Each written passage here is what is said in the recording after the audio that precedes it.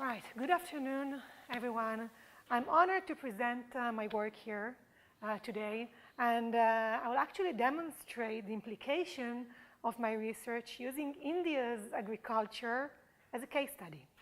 Well, since this is the last presentation of the day, I will begin with the conclusion. And then I will fill in the details that will lead us to this place.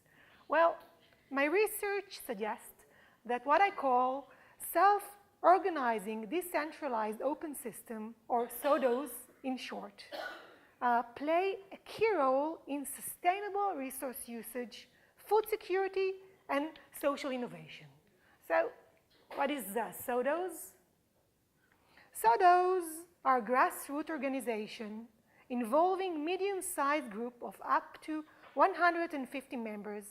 They are not hierarchical, and respectively, there is also no strong leadership structure.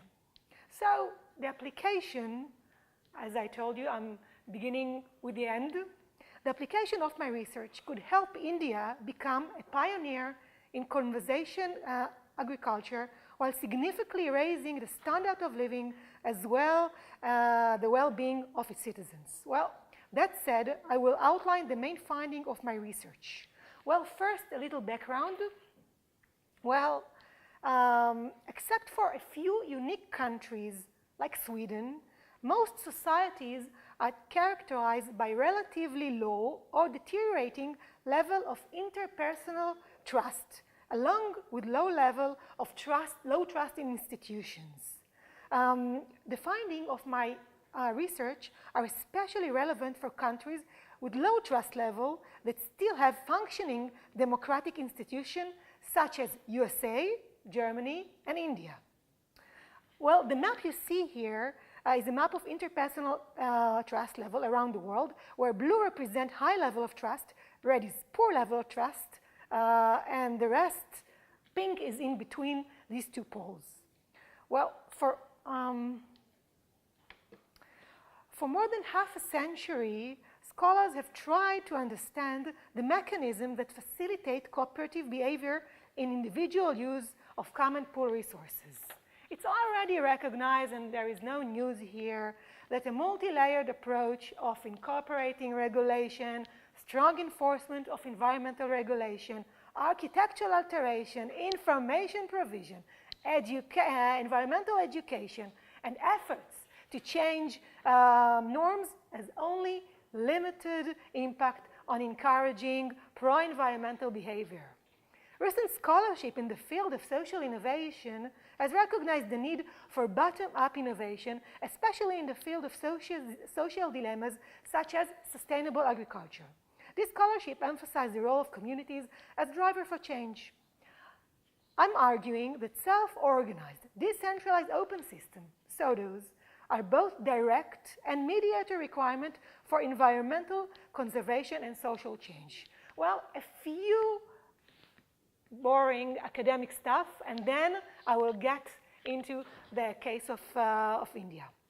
Well, when the model that I outline is based on individuals' selfish motivation for collective action. Well, this is not new. But the selfish motivation I'm talking about is not the classic definition which calculates economic costs and benefits, nor the broad, more recent definition that includes social punishment. I'm talking about something that psychologists called self-efficacy, also known as participant efficacy. Participant efficacy is the belief that one's own action will make a difference to collective efforts at achieving group goals.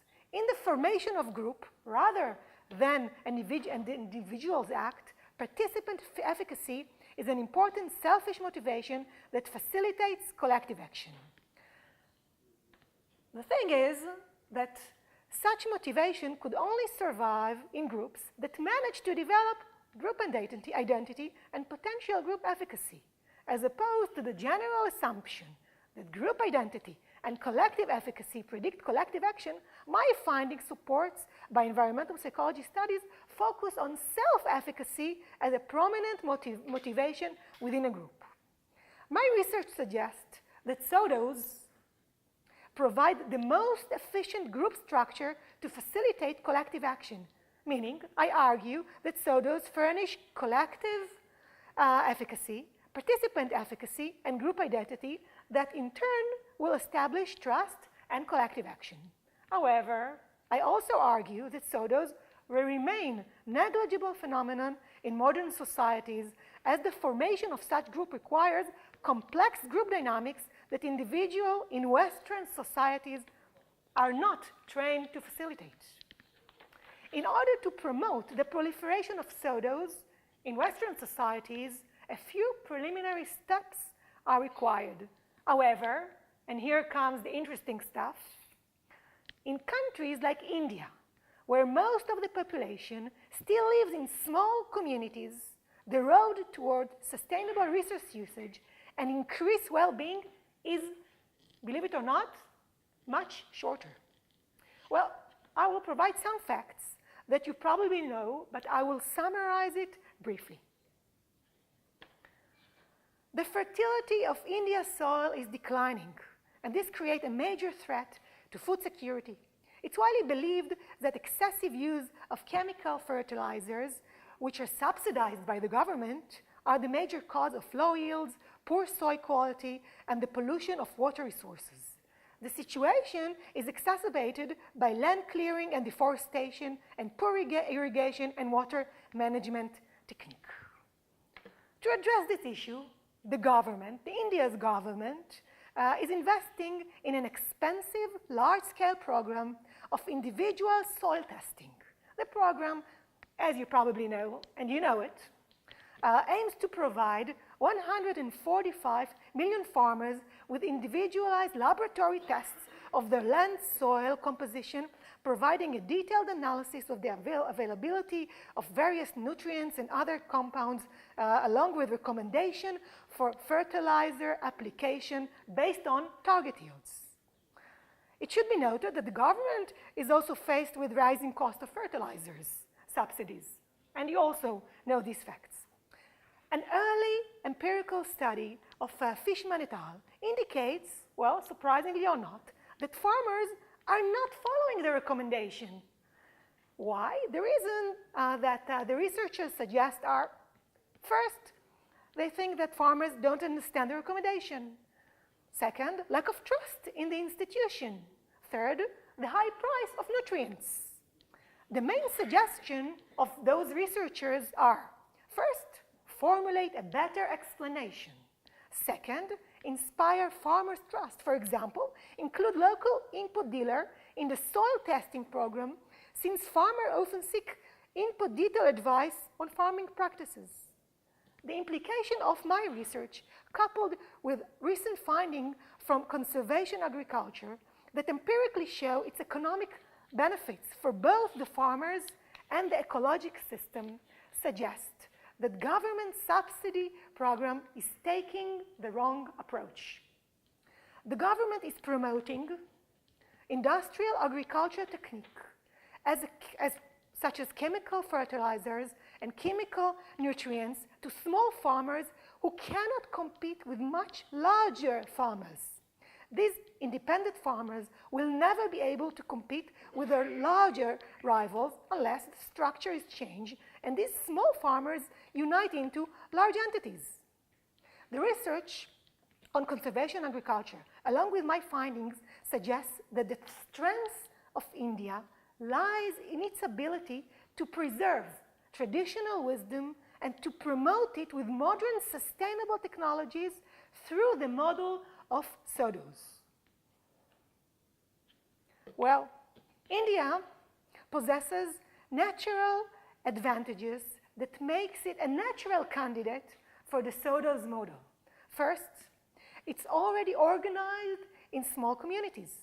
Second, India's internal structure of states and the proximity of farms create a spillover effect among small farms, facilitating the creation of larger SODOs clusters. Many Indian farmers have not yet shifted to industrial agriculture technique, so traditional knowledge could be supplemented with the help of modern practices. A federation, and lastly, a federation of 29 states exists with functioning institutions that could facilitate such change. Well, lastly, I just want to say that there are some organizations, and I'm familiar with one, which is called Agragami, which is a grassroots organization which is committed to the development of tribal and other marginal communities of India and is practicing similar ideas, might be on a better track than the current scheme of trying to help 145 million farmers with more chemical nutrients and more fertilizers. So thank you very much for listening and enjoy the afternoon.